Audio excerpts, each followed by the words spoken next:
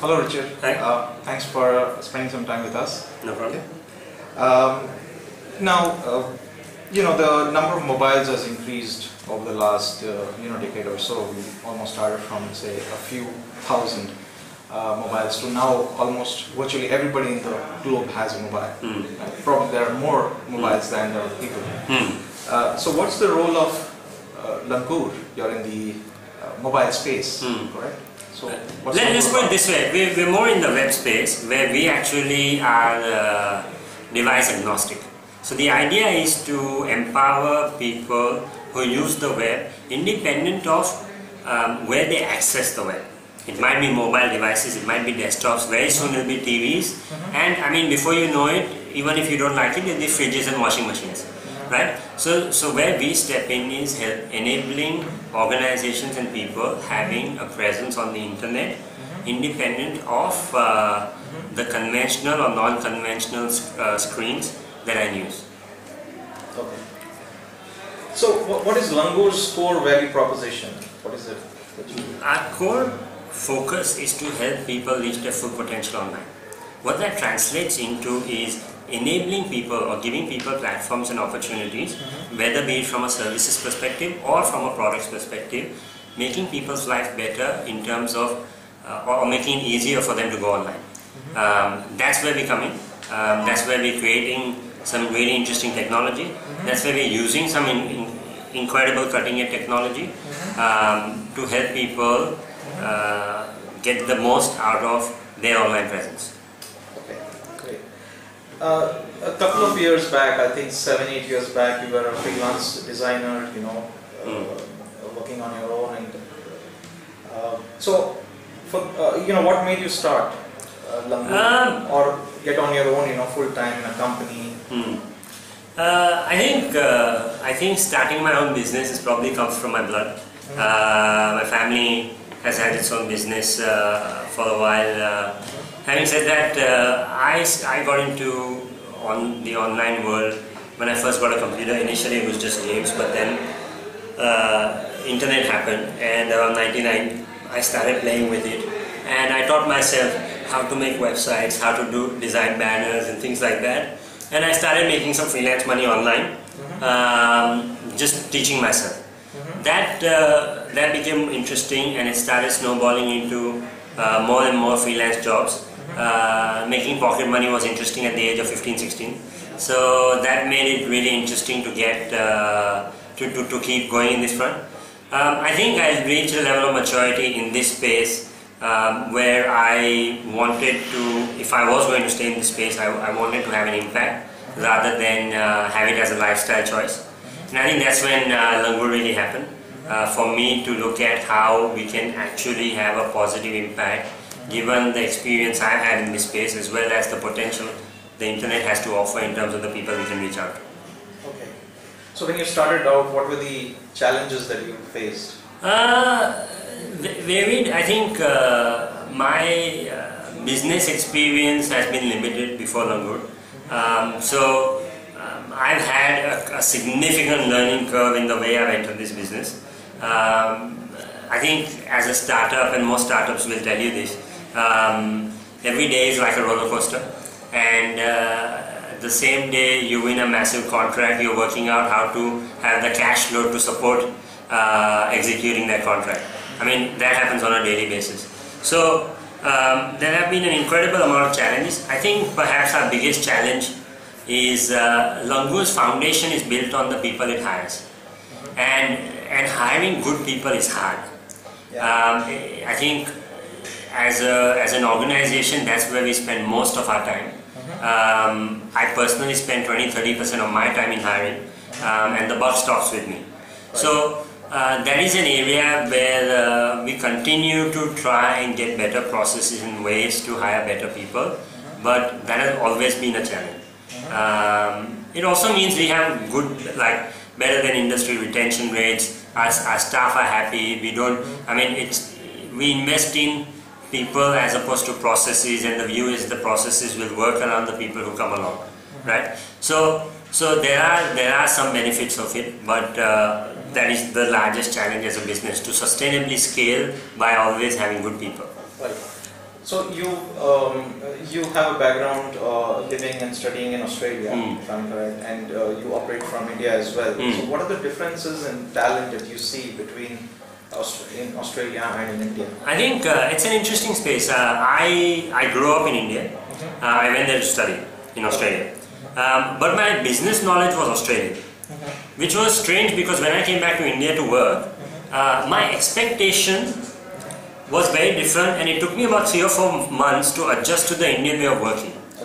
The thing about the skill here is, it's a lot of people get into this field here to make a living, which is not a wrong approach. It's just different. Whereas in Australia, if people are programmers, more often than not they're programmers because they enjoy doing it.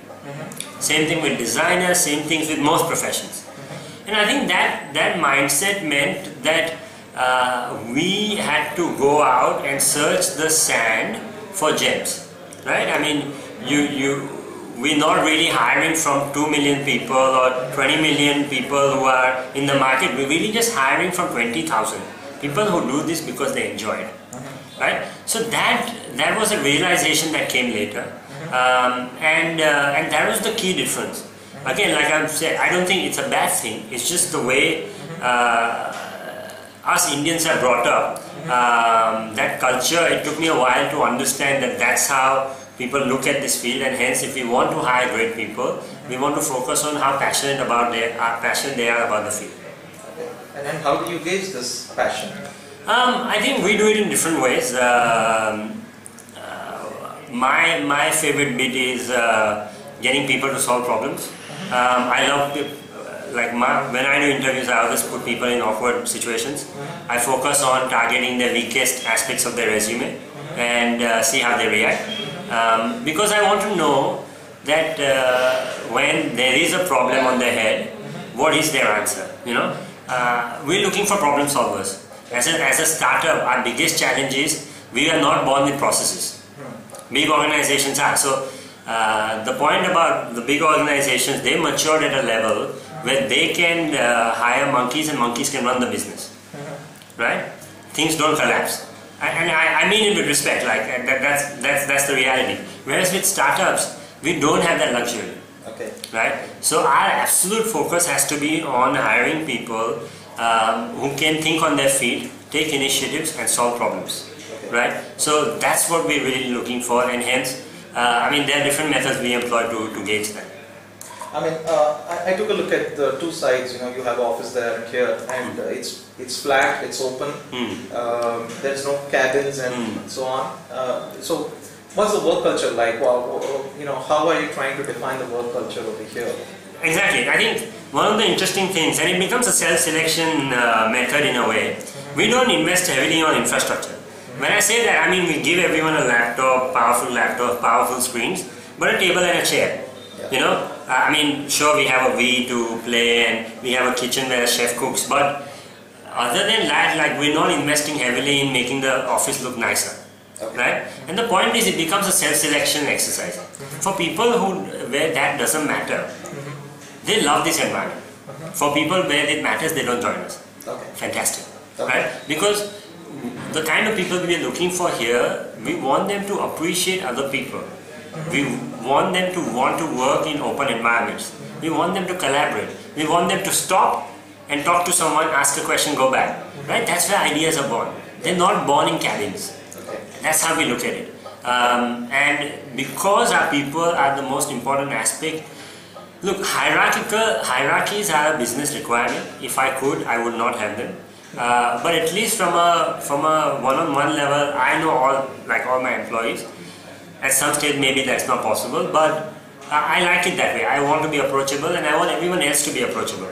So one of the things I avoid, if anyone ever uses the word the management, I pull them down right there and say, what is the management, right? So there are some of the things we avoid. I think we like the idea of flat. Structurally or decision making wise, that is not completely possible, but where possible we try and be as flat and transparent and approachable as possible. Okay, let's talk a little more about Langoor. Why the name Langoor? I mean, where did this name come from? when I was thinking about names, it was suggested to me by a Norwegian housemate. The only Hindi word he knew was Langoor, and I initially laughed at it like most people do. But I sat on it for a month, and one of the strongest things about Langoor was this meaning of the word. It makes you like you have to be crazy to do interesting things, to do great things, and that angle really stuck to me, and that's what I wanted to create in an organization. At the same time, at the time I was in Australia when I created Langoor, so it gave me an India connection, which was important to me. So these two reasons meant we chose Langoor, and now everyone remembers me when I meet them. That's good. Yeah. That's a good name. So, since Langoor started, I mean, what all products and services did you start with, and what's your current basket? What does it look like? What does it have? So, Langoor you can draw a line between our services and our products. Our products teams work independently and separately from our services teams. Our product ideas are born from our services. We started as a services organization. So, you can divide our services into 4 common areas. One is digital strategy and online marketing. I mean, the area we step in for value for other people is where what they should be doing online, and we help them shape that, be it creating a new business or growing a business. The second aspect is responsive web design. This is more recent than people realize. There are frameworks that allow you to create websites for mobile, tablets and desktops at one go. We specialize in that. We specialize in really well-designed websites, and that is an area we consistently work very well in. Custom systems, that includes phone apps to intranets and very complex web platforms ranging from, we build platforms which send out 10 million SMSs a day to really comprehensive e-commerce systems. That's what we're comfortable with. And the last aspect is effectively retained web services. So we have retainers with a number of our clients where they hire people or time off people to do a certain amount of work on their online properties.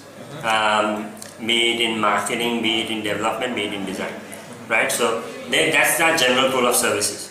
On the products front, we built 3 products, however we focus on 2. The 2 products we focus on, one is Langoor.mobi. It helps you make your desktop websites, helps you make them mobile friendly really easily. The other product is Langoor.biz. It is mainly ideal for retail shop owners in India who have 2 or more shops and they want to manage inventory and consolidate it properly. We also have an e-commerce front end to this, so they can also set up an e-commerce store easily. So that's our suite. We have a third product, we built it. We're not focusing on it, but we still get some revenue from it. That's Langoor.net. Okay. So, as I see, you have lots of products and services. Right. What does the future hold like? I mean, is this basket going to grow bigger? And what would it look like? I think I'm definitely not looking at the basket growing bigger per se unless there is the capacity to manage it. Okay. One of the biggest challenges in startups is focus. And being able to focus on particular areas and doing them well is an extremely important attribute. One of the things Langoor has been fortunate with is it has really good people managing some of these areas. And these people are people I can rely on making decisions to grow these areas. Hence we have capacity to have this suite of services and still grow at a significant pace. If we are going to invest in more areas, we would like to have the right kind of talent or people either coming internally or from outside that help us grow those areas. Right? I think the future is certainly from my perspective anyway, is in accessibility of the web on multiple platforms. And that's definitely where Langoor is heading. Langoor is going to make people's life easier in accessing the web or enabling people to view the internet and websites on various devices, be it complicated systems or simple sites. Right. And I think it'll get more complicated as in more operating systems and more tablets and more devices. Correct. And we're working on making it simpler. Right. Okay, so in terms of technology, you said you're technology agnostic, but in terms of the tools and technology that you work on, what are the platforms that you work on? I think, so one of the core things before I say what we're good at is the way we try and operate, we try and look for the best tool for the solution, right? You can't use a screwdriver to put a nail in. I mean, you can, but it's going to be very hard, right? So that's how we look at it. Having said that, we are very good with Linux, Apache, MySQL, PHP, Python, a little bit of Perl, a little bit of Ruby, and a little bit of ASP.NET, right? Broadly speaking, from a front-end perspective, we're very good with HTML5, CSS3, jQuery. Okay. We do a little bit of app development. We're good with PhoneGap and iOS, or Objective-C, but generally speaking, they're the areas we're very comfortable with. Okay. If other problems come to fore, it'll depend on the time, the value of the deal, or the value of the problem for us to solve. And based on that, we'll make a call whether we'll pursue it or not. Okay, sounds interesting. So, what would be a 2-minute answer or a elevator pitch? Why should candidates consider or join Langoor? Let's put it this way. If the person is looking for an experience in a small organization where they get to have a substantial say in the work they're doing, including like genuinely getting their hands dirty to make the organization a better place, not only for the people they work with, but for customers out there in the real world who are looking for an easy way to build web systems or websites. That's when Langoor steps in. We are definitely not the organization for people who want to be spoon-fed. And it's okay, right? Spoon-feeding is a good way to learn as well. Yeah. But we're not it. We give people opportunities at a young age to lead. Right. If that's what you're after, if that's the kind of experience you're after, that's what we're good at. We've already, in a short time, we've been alive. But two people have left us to start their own ventures. So how excited they are as a result of what they've learned here, and we have wonderful relationships with them, right? I talk to them and give them advice on an ongoing basis. So this is a great platform if you want to be a decision maker early or take initiatives on an ongoing manner. We are a great place for you. Okay, that's fantastic. So how old is Langoor and how many people do you have currently? We are about 2.5 years old, close to 3 years. In India, we've been around for 1 year and 7 or 8 months. We're about 50 people now. Most of our team is in Bangalore, though we have 10 people on our payroll in Sydney. Okay, and what about your hiring plans? Where do you see the company growing in terms of employees? It's a very hard thing to predict. We've been in situations where we said we'll have 20 people by this time and we have 50, right? So the honest answer is I don't know, but given the way things are looking and where we're headed, I think there's a very good chance that we will double in size by the end of 2013, if not quicker. And I think regardless, we are in a position where if we see good people, we hire them. Okay. We don't let them go. So that's where we're at in terms of our numbers and where we're going. Okay, great.